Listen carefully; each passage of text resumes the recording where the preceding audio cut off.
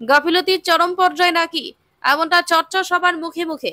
কেননা অ্যাম্বুলেন্সে অক্সিজেনের অভাব, তাই পথমধ্যে শিশুটি মৃত্যু মুখে পতিত হয়। জানা যায় প্রচন্ড জ্বর হওয়ায় বৃহস্পতিবার শিশুটির পরিবার বর্গরা শিশুটিকে শ্রীভূমি সরকারি হাসপাতালে নিয়ে আনেন।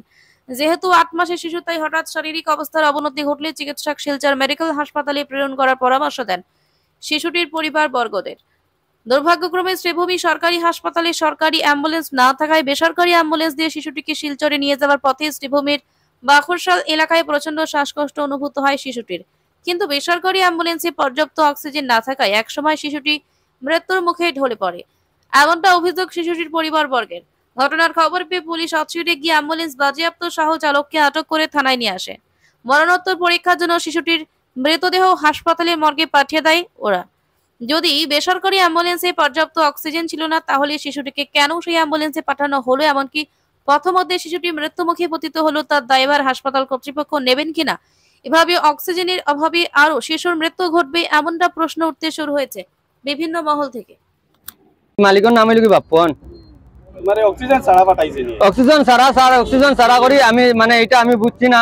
আমার তো টাইম লাগাইয়া দেখছেন, মানে অক্সিজেন আমি দিয়েছি বুড়ি দেবার সাথে আমি কইছি মনে হয় অক্সিজেন আছে হিসাবে আমি আইছি। আবার পরে একজনে চাইয়া কইছেন ভাই অক্সিজেন হবো কিছু। আমি মুড়া মারছি, মারা পরে দেখছি না এগুলো চলে না। আমি লগে লগে ফোন মারছি যে আমার মালিকের গেছে, যেন গাড়ি ওখান ফাটাইয়া দেও ফটাফট, গাড়ি ওখান ফাটাইয়া দেও ফটাফট, বাচ্চা মারা যাইব, অক্সিজেন লাগে।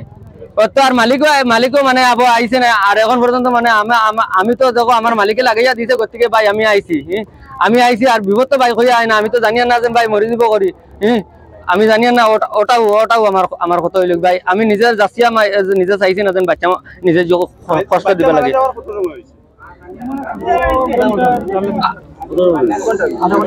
কত সময় হয়েছে বাচ্চা মারা যাবার আধা ঘন্টার উপরে হইব। এখন পর্যন্ত আমার মালিকও আইছে না। মালিকরে কতবার হইব, 1 ঘন্টা হইব, কতবার মালিকরে কতবার ফোন মারছি, মালিকও আইছে না।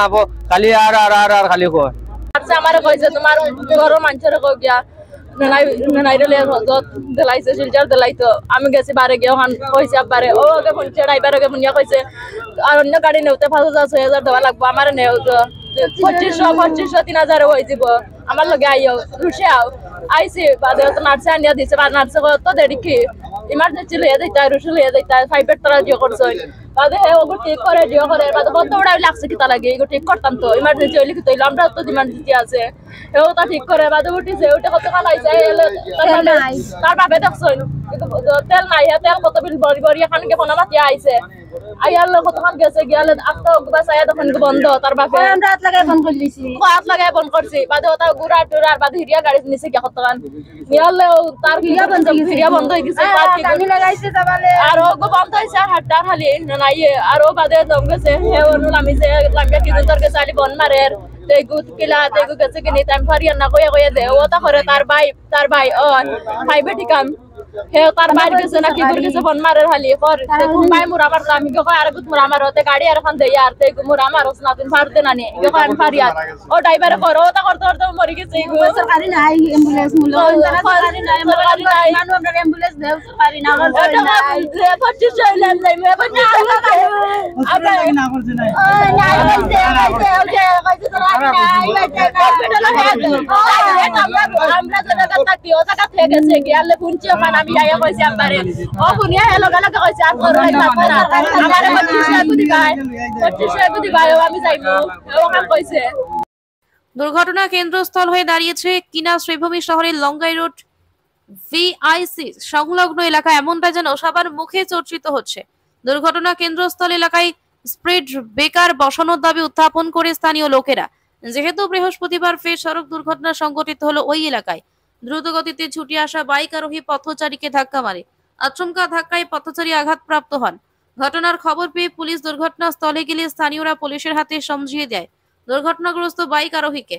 সাংবাদিকরা বাইক আরোহীকে জিজ্ঞেস করলে সে জানায় আত্মীয়র বাড়িতে আসছিল, তবে বাইকের নথিপত্র বা অনুজ্ঞাপত্র ছিল না বলে জানায় সে। আটক বাইক আরোহীকে উপযুক্ত ব্যবস্থা গ্রহণ করতে স্থানীয়দের পুলিশের কাছে অনুরোধ করেন। তবে দুর্ঘটনাস্থলে বহুদিন ধরে স্পিড ব্রেকারের দাবি জানিয়ে আসলে তা বাস্তবায়িত হয় না হওয়ায় আক্ষেপ প্রকাশ করেন।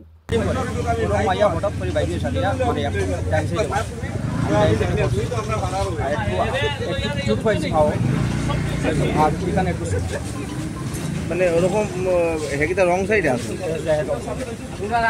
তারপরে কি তা করছে পাবলিকে চৌকি সারি আমার কইল যে না তার বাইকের পিছনে চাকা একদম নিয়ে গেছে খালি হয়ে গেছে ওটার লাগে সারি আমি আর কিছু করতে পারছি না, সামলাইতে পারছি না। আমরা বাইরে একদম ঘোরাতে দেখি রাইডিং করি না। মুক্তবুড়ি পড়েছে শ্রীভূমি শহরের রামকৃষ্ণ মিশন রোড এলাকার সড়ক। বর্তমানে সড়কের সংখ্যা পুরোপুরি হারিয়ে গেছে এমনটা অভিমত স্থানীয়দের। বহুবার বিভাগীয় কর্তৃপক্ষের কাছে নিবেদন করা সত্ত্বেও কোনো ইতিবাচক পদক্ষেপ গ্রহণ করা হয়নি আক্ষেপ লোকেদের। তাই বৃহস্পতিবার স্থানীয়রা বাধ্য হয়ে জেলা আয়ুক্তের শরণাপন্ন হন। সড়কপত্র প্রদান করে বেহাল সড়কের হাল ফেরাতে জেলা আয়ুক্তের কাছে আবেদন জানান। মিডিয়ার কাছে তারা বলেন শহরের সবচেয়ে গুরুত্বপূর্ণ এলাকা, কেননা এই এলাকায় Ramakrishna mission dispensary, red cross সেবা সদন, মহিলা স্কুল, কলেজ, বিপিনচন্দ্র পাল স্মৃতি ভবন, আইন কলেজ ইত্যাদি রয়েছে। তাতে প্রতিদিন লোক আসা যাওয়া করছে ভগ্নপ্রাপ্ত সড়ক দিয়ে। কখনো কখনো বেহাল সড়কের জন্য পথচারী দুর্ঘটনার মুখে পড়ছেন। তাই পথচারীদের স্বার্থে জেলা আয়ুক্তের শরণাপন্ন হন তারা। অচিরে বেহাল সড়কের হাল না ফিরে তাহলে গণতান্ত্রিকভাবে আন্দোলনের মুখ পথে পা বাড়াবেন বলে সরাসরি ব্যক্ত করেন স্থানীয়রা। আমরা শ্রীভূমি শহরের রামকৃষ্ণ মিশন রোড এলাকা থেকে আমরা এসেছি। আমাদের এই যে রাস্তাটার অবস্থাটা বহুদিন ধরে এটা অবহেলিত, কোনো রিপেয়ারিং হয় না এবং এটা প্রচণ্ড একটা ভাঙাচোরা অবস্থার মধ্যে আছে। আমরা শুধু ধৈর্য ধরে আছি, এটা কবে ঠিক হবে কবে ঠিক হবে। এর মধ্যে এখানে অনেক লোক তো পড়ে গিয়ে চোট খাচ্ছে, আহত হচ্ছে এবং শহরের এই রাস্তাটা, সব রাস্তা ইম্পর্টেন্ট কিন্তু এই রাস্তাটা খুব ইম্পর্টেন্ট। এখানে রামকৃষ্ণ মিশন আছে, তার সামনে ডিসপেন্সারি আছে, মেয়েদের স্কুল আছে, এমএমসি স্কুল আছে, একটু গেলে পরে বিপিনচন্দ্র পাল স্মৃতি ভবনে ওখানে অডিটোরিয়াম আছে, এখানে অনুষ্ঠান হয়, বাচ্চাদের অনুষ্ঠান হয়। বিএড কলেজ আছে, ল কলেজ আছে, ওইদিকে গেলে পরে গভর্নমেন্ট স্কুল আছে, তারপরে রেড ক্রস আছে, সেখানে পেশেন্টরা যায়। কিন্তু এই যে অবস্থাটা, এত একটা ইম্পর্টেন্ট রাস্তা, এই রাস্তাটা কিন্তু দীর্ঘদিন ধরে খারাপ। আমরা তো আশা করেছিলাম যে এটা কিছু একটা হবে, শেষ পর্যন্ত আমরা ধৈর্য ধরতে পারছি না। আমরা শেষ পর্যন্ত এই পাড়া থেকে আমরা নারী পুরুষ নির্বিশেষে আমরা বলেছি ডিসি সাহেবের কাছে এসে যে আমরা একটা বিহিত চাইছি, আপনার মাধ্যমে আমরা চাইছি এটা যেন সমাধান হয়। একটা মেমোরেন্ডাম আমরা তার কাছে আমরা দিয়েছি। কতদিন থেকে এইভাবে রাস্তাটা আছে? এই রাস্তার অবস্থা বেশ অনেকদিন থেকে, নাহলে অনেকদিন থেকে, হ্যাঁ 2 বছর থেকে হবেই। 2 বছর থেকে আস্তে আস্তে খারাপ হতে হতে এমন একটা জায়গাতে চলে এসছে যে এটা মানে বিভৎস অবস্থা। একটু আমরা বলছিলাম আমাদের মধ্যে এই যে এখানে আছেন একজন, তিনি নিজে পড়ে সেদিন চলতে হয়েছে, হ্যাঁ। আরেকজন আপনার দ্বিতীয় বিষয়ে একজন স্টাফ দেখেছেন, আমাদের ওখানে একটা গাড়ি উল্টে গিয়ে সেখানে একটা ঘটনা কি উল্টে গিয়েছিল। এই অবস্থাটা আর সহ্য করা যাচ্ছে। বাচ্চারা আসছে, পেশেন্টরা যাচ্ছে, সামনে দুর্গাপুজো, ওখানে রামকৃষ্ণ মিশনে এত বড় একটা পুজো হয়, এই ভিড়ভাড়টা কীভাবে এগুলো কী হবে আমরা কিচ্ছু বুঝতে পারছি না। সুতরাং আমরা চাইছি অবিলম্বে যেন এটা একটা সুরাহা হয়, তাহলে কিন্তু আমাদের পক্ষে আর সহ্য করা সম্ভব হচ্ছে না। আমরা গণতান্ত্রিক পদ্ধতিতে এখানে কথাগুলো বলতে এসেছি এবং যদি আমাদের কোনো সমাধান না যদি হয়, আমরা গণতান্ত্রিকভাবে সেটা কিন্তু আমাদের প্রতিবাদ আমরা সাব্যস্ত করতে বাধ্য হব। আপনাদের এদিকে ওয়ার্ড কমিশনার কে আছেন? আমাদের ওয়ার্ড কমিশনার ডক্টর দেবতোষ পাল, ওনার সঙ্গে আপনারা কথাবার্তা বলেছেন? কথা বলেছি, উনি খুবই সিম্প্যাথেটিক এবং উনি আমাদের সঙ্গে থাকেন, কিন্তু যা মনে হচ্ছে যে উনি হয়তো কিছু করে উঠতে পারছেন না, এটা হতে পারে। শিলচরে অবৈধ পার্কিং এর বিরুদ্ধে ট্রাফিক পুলিশের অভিযান। শিলচর শহরে যানজট নিরসনে অবৈধ পার্কিং এর বিরুদ্ধে কড়া পদক্ষেপ নিল ট্রাফিক পুলিশ। বুধবার রাতে শহরের ব্যস্ততম প্রেমতলা পয়েন্টে অভিযান চালিয়ে রাস্তার দুপাশে অবৈধভাবে পার্কিং করে রাখা যানবাহনের বিরুদ্ধে ব্যবস্থা গ্রহণ করা হয়। ট্রাফিক পুলিশের ইনচার্জ শান্তনু দাসের নেতৃত্বে দলবল নিয়ে অভিযান চালিয়ে একাধিক যানবাহন থানায় নিয়ে যাওয়া হয় এবং সংশ্লিষ্ট গাড়ি মালিকদের কাছ থেকে জরিমানা আদায় করা হয়। ট্রাফিক বিভাগের পক্ষ থেকে জানানো হয়েছে, শহরে যানজটমুক্ত পরিবেশ নিশ্চিত করতে এই ধরনের অভিযান অব্যাহত থাকবে। একই সঙ্গে সাধারণ মানুষের নিরাপত্তা নিশ্চিত করা এবং আইন শৃঙ্খলা বজায় রাখার স্বার্থে নিয়মিত অভিযান চলবে বলেও জানানো হয়েছে। এছাড়া সড়ক নিরাপত্তা রক্ষায় সচেতন হাতে এবং ট্রাফিক নিয়ম মেনে চলার জন্য শহরবাসীকে আহ্বান জানিয়েছে ট্রাফিক বিভাগ।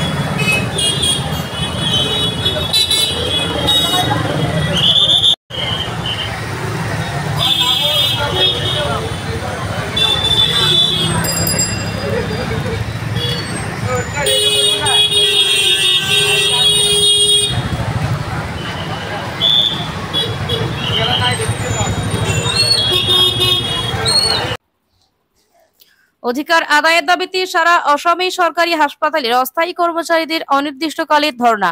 সারা অসমে সরকারি হাসপাতালগুলোতে কর্মরত অস্থায়ী স্বাস্থ্য কর্মীরা তাদের ন্যায্য অধিকার আদায়ের দাবিতে অনির্দিষ্টকালের জন্য ধর্ণা কর্মসূচি শুরু করেছেন। মঙ্গলবার থেকে গুয়াহাটিতে এই আন্দোলনে যোগ দিয়েছেন বিভিন্ন জেলার অস্থায়ী স্বাস্থ্য কর্মীরা। কাছাড় জেলা থেকে প্রায় 50 জন, হাইলাকান্দি থেকে 40 জন, করিমগঞ্জ থেকে বহু স্বাস্থ্যকর্মী সহ রাজ্যের বিভিন্ন প্রান্ত থেকে আন্দোলনকারীরা উপস্থিত রয়েছেন। জানা গেছে এই ধর্ণা অন্তত 5 সেপ্টেম্বর পর্যন্ত চলতে পারে। দীর্ঘদিন ধরে সরকারি হাসপাতালগুলোতে অস্থায়ীভাবে কর্মরত এই স্বাস্থ্যকর্মীরা বারবার গণমাধ্যম ও স্বাস্থ্য বিভাগের মাধ্যমে তাদের চাকরির স্থায়ীকরণ ও ন্যায্য বেতনের দাবি জানিয়ে আসছেন, কিন্তু এখনো পর্যন্ত আসাম সরকার এই বিষয়ে কোনো কার্যকর পদক্ষেপ নেয়নি বলে অভিযোগ তুলেছেন আন্দোলনকারীরা। সারা আসাম সরকারি চিকিৎসালয় অস্থায়ী স্বাস্থ্য কর্মচারী সংস্থার সাংগঠনিক সম্পাদক ও কাছাড় জেলা সভাপতি নির্মল দাস বলেন, বছরের পর বছর দিন রাত সেবা দিয়ে চলেছি আমরা, অথচ সরকার আমাদের সমস্যার প্রতি কোনো সহানুভূতি দেখাচ্ছে না। 2 জুলাই 2024 তারিখে স্বাস্থ্য বিভাগ ফ্লেক্স পে ব্যবস্থার জন্য প্রয়োজনীয় প্রস্তাব পাঠালেও আজও তা কার্যকর হয়নি। প্রতি বছর আমাদের নথি সংগ্রহ করা হলেও সঠিক বেতন নির্ধারণ ও প্রদানের বিষয়ে সরকার এখনো সিদ্ধান্তহীনতায় ভুগছে। আন্দোলনরত স্বাস্থ্য কর্মীরা জানিয়েছেন, ন্যায্য বেতন ও চাকরির নিশ্চয়তা না পাওয়া পর্যন্ত তাদের আন্দোলন অব্যাহত থাকবে।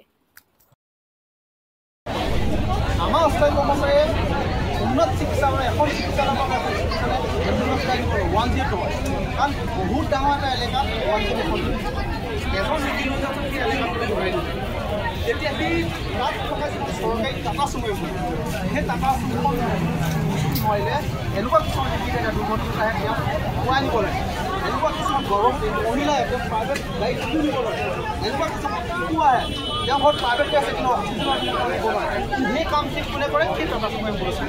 কিন্তু অতি দুখৰ বিষয় এই 15 বছৰ অতিক্ৰম কৰি গাড়ী 15 বছৰ অতিক্ৰম কৰিলে আজি গাড়ী প্ৰদান কৰে। আমি দেখিছোঁ বাগানৰ